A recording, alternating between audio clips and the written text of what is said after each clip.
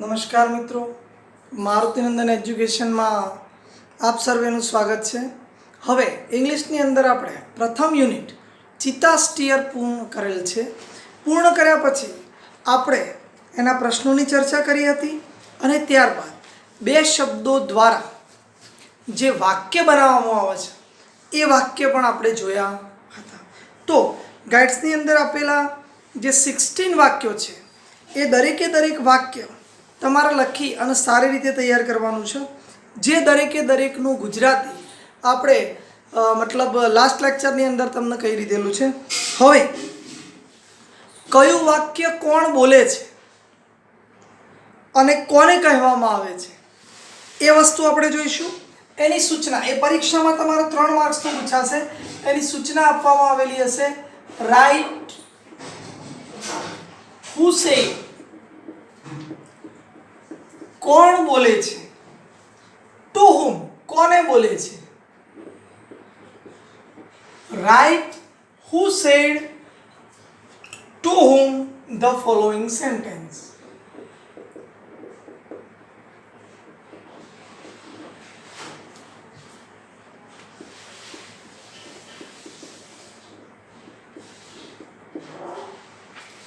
લખો કોણ બોલે છે, કોને બોલે છે, એટલે કે કોને કહે છે. ધ ફોલોઈંગ સેન્ટેન્સ, નીચે આપેલા વાક્યો એ કોણ બોલે છે, કોને કહે છે તે જણાવો.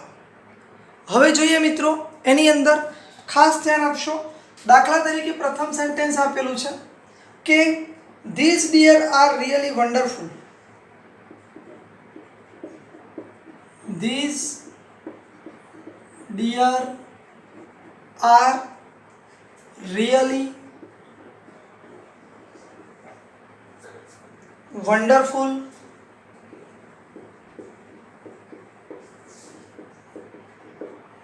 But I have to run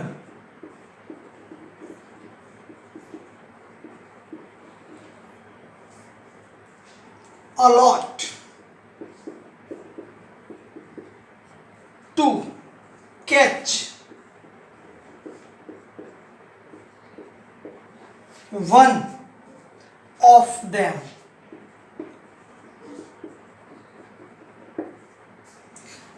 સર્વપ્રથમ તો આપણે પાઠ એટલી બધી ક્લિયરલી રીતે તૈયાર કરેલો હોવો જોઈએ કે આવો કોઈ પણ પ્રકારનો વિકલ્પ ગમે ત્યારે પૂછાય અથવા કોઈ પણ વાક્ય કોણ બોલે છે તે જ્યારે પૂછાય ત્યારે પાઠના ટ્રાન્સલેશનની અંદર જો તમે સંપૂર્ણ ધ્યાન આપેલી હોય તો સરળતાથી આ પ્રશ્નનો જવાબ આવડી શકે. આપણને ખ્યાલ છે, પહેલાંનું ગુજરાતી કરીએ. This dear are really wonderful. આ હરણો ખરેખર ખૂબ જ અદ્ભુત છે. બટ પણ આઈ હેવ ટુ રન, મારે દોડવું પડે છે, અ લોટ ઘણું બધું, to catch one of them, તેમાંના એક પણ હરણને પકડવા માટે મારે ઘણું બધું દોડવું પડે છે. આ વાક્ય કોણ બોલે છે મિત્રો? તો ઈદી બોલે છે. કોને કહે છે? તો પોતાની જાતને કહે છે.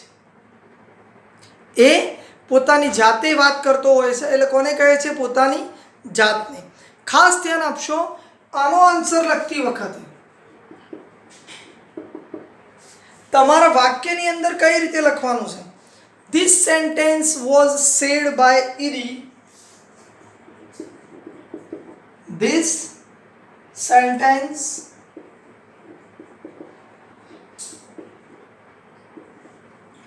બે વાક્યો આપેલા છે એટલા માટે પણ આપણે લખવાની જરૂર નથી, કારણ કે આપણે બટ વડે જોડેલું છે, એટલે કે સંયોજક આપેલું છે, એટલે વાક્ય પૂર્ણ વિરામની દ્રષ્ટિએ એક જ કહેવાય.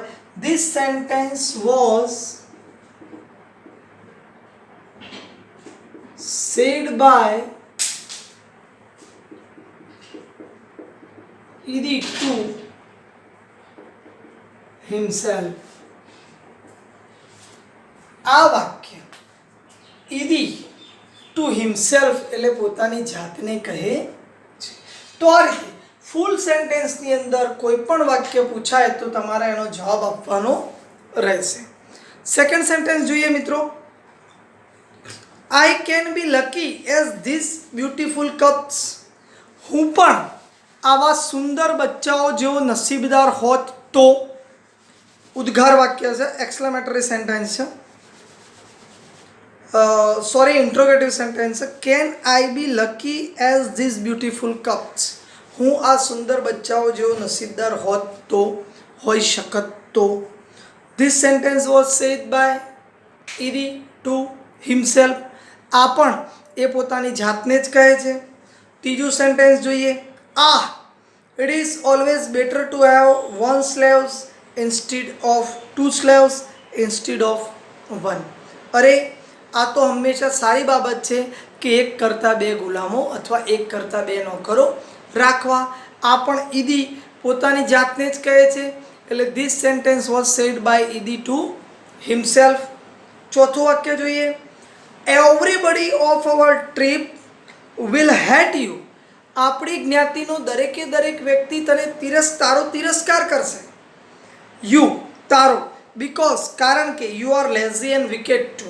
તું ખૂબ જ આળસુ અને દુષ્ટ પણ છે. આવું વાક્ય કોણ બોલે છે? તો વાઇઝ મેન શેનો બોલે છે આ વાક્ય? અને કોને કહે છે? ઈદીને કહે છે. તો this sentence was said by શેનો ટુ ઈદી. આ વાક્ય શેનો બોલે છે? કોને કહે છે? ઈદીને કહે છે. ત્યારબાદ જોઈએ. You have brought dishonour to the whole tribe. તું આપણી આખી જ્ઞાતિની અંદર બ્રોટ ડિસઓનર એટલે કે અપમાન સહન કરે, જેનું અપમાન થયું હોય તે આખી જ્ઞાતિનું અપમાન કર્યું છે. આ સેન્ટેન્સ પણ શેનો બોલે છે અને કોને કહે છે? ઈદીને કહે છે. તો this sentence was said by શેનો ટુ ઈદી. ત્યારબાદ મિત્રો છઠ્ઠું સેન્ટેન્સ જોઈએ આપણે. You have broken the rule of our tribe. તે આપણી જ્ઞાતિના નિયમોનો ભંગ કર્યો છે. This sentence was said by Idi to this sentence was said by શેનો ટુ ઈદી. આ વાક્ય પણ શેનો કોને કહે છે? ઈદીને કહે છે. ત્યારબાદ સાતમું વાક્ય જોઈએ. We know that.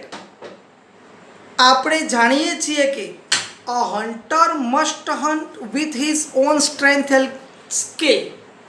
શિકારીએ પોતાનો શિકાર તેની શક્તિ અને આવડતથી જ કરવો જોઈએ. આ વાક્ય પણ this sentence was said by શેનો ટુ ઈદી. અને છેલ્લું વાક્ય છે. But you are a lazy hunter. પણ તું એક આળસુ શિકારી છે. એ વાક્ય પણ શેનો? ઈદીને કહે છે. જો મિત્રો કોઈ પણ સ્ટોરી અથવા કોઈ પણ લેસન તમે ધ્યાનથી વાંચેલો હશે, એના પ્રશ્નોમાં સંપૂર્ણ ધ્યાન રાખી હશે, તો પ્રશ્નોની સાથે સાથે જે 9 માર્ક્સનું પાઠના લગતું ઓબ્જેક્ટિવ પૂછાય છે એ પણ તમે સરળતાથી એના જવાબ આપી શકશો. જો મિત્રો આ બીજો ટોપિક છે. બીજા ટોપિક્સની અંદર સૂચના આ પ્રમાણેની છે. Fill in the blanks. ખાલી જગ્યાનો જવાબ આપો. ચૂઝિંગ એટલે કે પસંદ કરો ધ કરેક્ટ વર્ડ. સાચો શબ્દ પસંદ કરી ખાલી જગ્યાનો જવાબ આપો. ફ્રોમ ધ બ્રેકેટ્સ એટલે કે કૌંસમાં આપેલા શબ્દોનો ઉપયોગ કરી સાચો જવાબ પસંદ કરી ખાલી જગ્યા. તો આની અંદર મિત્રો શું આપેલું છે? સૌપ્રથમ બ્રેકેટ્સની અંદર જે એના આન્સર છે તે આપી દીધેલા છે. મેડો.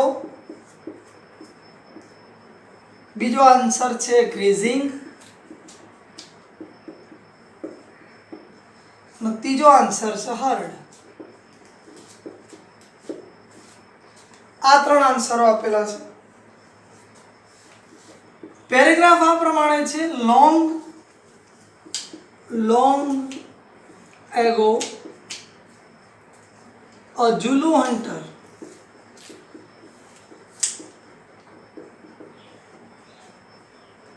was sitting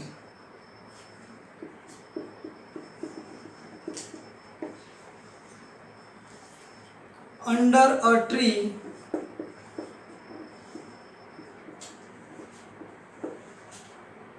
his name was Idi.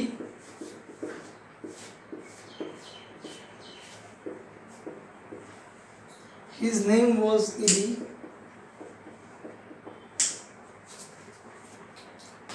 He showed a large ખાલી જગ્યા ઓફ ડિયર ખાલી જગ્યા in the lush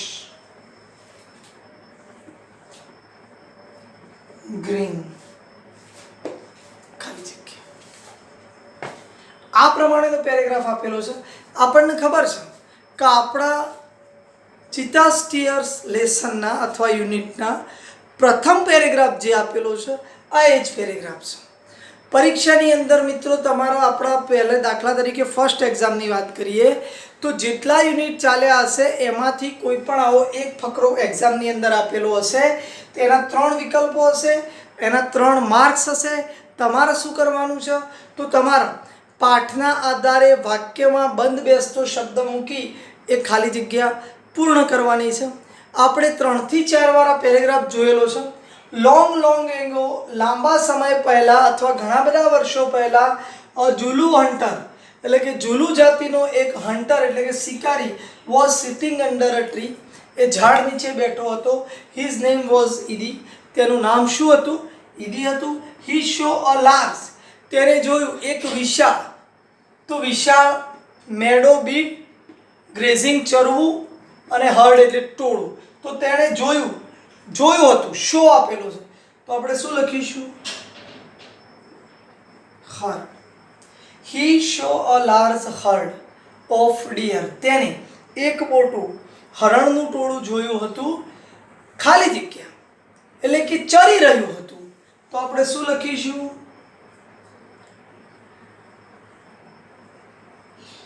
Grazing in the lush green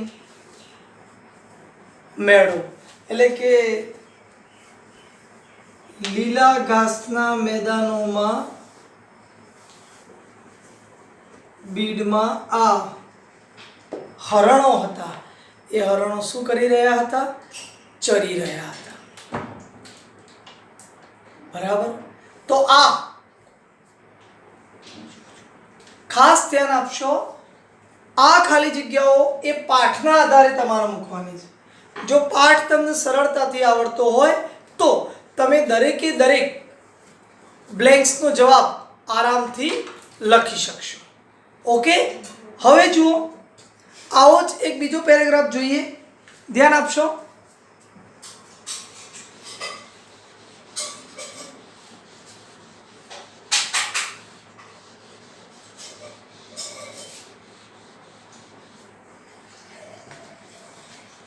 તો જો નેક્સ્ટ પેરેગ્રાફ, જેની અંદર 3 બ્રેકેટ્સની અંદર 3 શબ્દો આપેલા છે: crawling, left and closure. Crawling એટલે સરકવું, ત્યારબાદ આપેલો છે લેફ્ટ કૂદકો મારવો, અને ક્લોઝર એટલે નજીક. આ 3 શબ્દો આપેલા છે. હવે આ 3 શબ્દોનું ફકરાની અંદર જ્યારે ગોઠવવાના થશે તો જુઓ, આપેલો છે સડનલી, એકાએક. હી શો અ ફિમેલ ચીતા, તેણે એક માદા ચીતા જોયો હતો. ખાલી જગ્યા સાયલેન્ટલી, તે શાંતિથી, તો શું આવશે? ક્રાઉલિંગ, સરકતો હતો. અને ક્યાં જઈ રહ્યો હતો? ક્લોઝર એટલે કે નજદીક જઈ રહ્યો હતો. ટુ ધ ગ્રેઝિંગ એનિમલ, જ્યાં પ્રાણીઓ ચરી રહ્યા હતા એ જગ્યાએ તે નજીક જઈ રહ્યો હતો. ધેન ત્યાર પછી સી લેફ્ટ એટલે કે આ માદા ચીતા એટલે કે ફિમેલ ચીતા, માદા ચીતા એ કૂદકો ભર્યો. લેફ્ટ એટલે કૂદવું, એન્ડ કોટ અ ડિયર, અને કૂદકો ભર્યા પછી તેને ડિયરને પકડી લીધું હતું, એટલે કે હરણને પકડી લીધું હતું. તો મિત્રો આ પ્રમાણે જે 2 શબ્દોના વાક્યો બનાવ્યા, કોણ બોલે છે, કોને કહે છે, એ ટોપિક્સ જોયો. એવી જ રીતે 3 માર્ક્સનું તમારે આ પૂછાશે, એટલે 9 માર્ક્સ આપણા યુનિટના ઓબ્જેક્ટિવના મેં અગાઉ કહ્યું એમ તમારે તૈયાર કરવા પડશે. એકદમ ઇઝી છે. ત્રીજો પેરેગ્રાફ આપણે જોઈએ, એફર્ટ્સ એટલે પ્રયત્નો, બ્રાઇટનેસ ચમકવું અથવા તેજસ્વીપણું, અને એન્વી એટલે ઈર્ષ્યા. જોઈએ. ઇડીઝ આઈઝ બ્રિટન, ઈદીની આંખો ચમકી ઉઠી અથવા પહોળી થઈ ગઈ. દે સ્પાર્કલ્ડ વિથ એન આઈડિયા, તેના મગજની અંદર એક આઈડિયા ચમક્યો હતો, એટલે કે એક વિચાર ચમક્યો હતો. He envied the cups, he envied the cups, તેને, બીજી બ્લેન્ક્સની અંદર આપણે શું લખીશું? એન્વિડ, હી એન્વિડ ધ કપ્સ, તેને કપ્સની ઈર્ષ્યા આવતી હતી.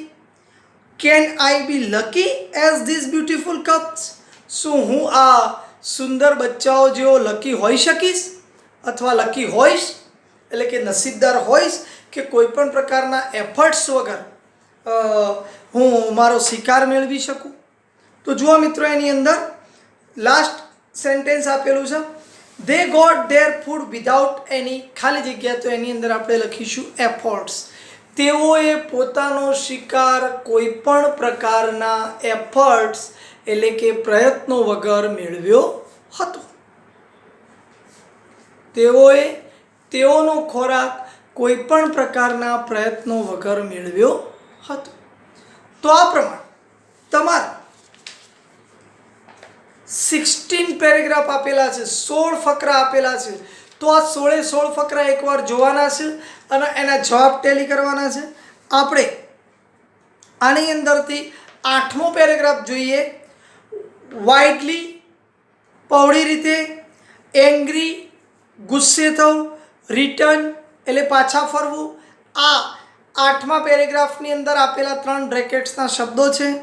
તો જુઓ મિત્રો, ધ મધર ચીતા ખાલી જગ્યા આફ્ટર અ વાઇલ, થોડાક સમય પછી માદા ચીતા શું થયું હતું? ઘરે પરત ફરી હતી.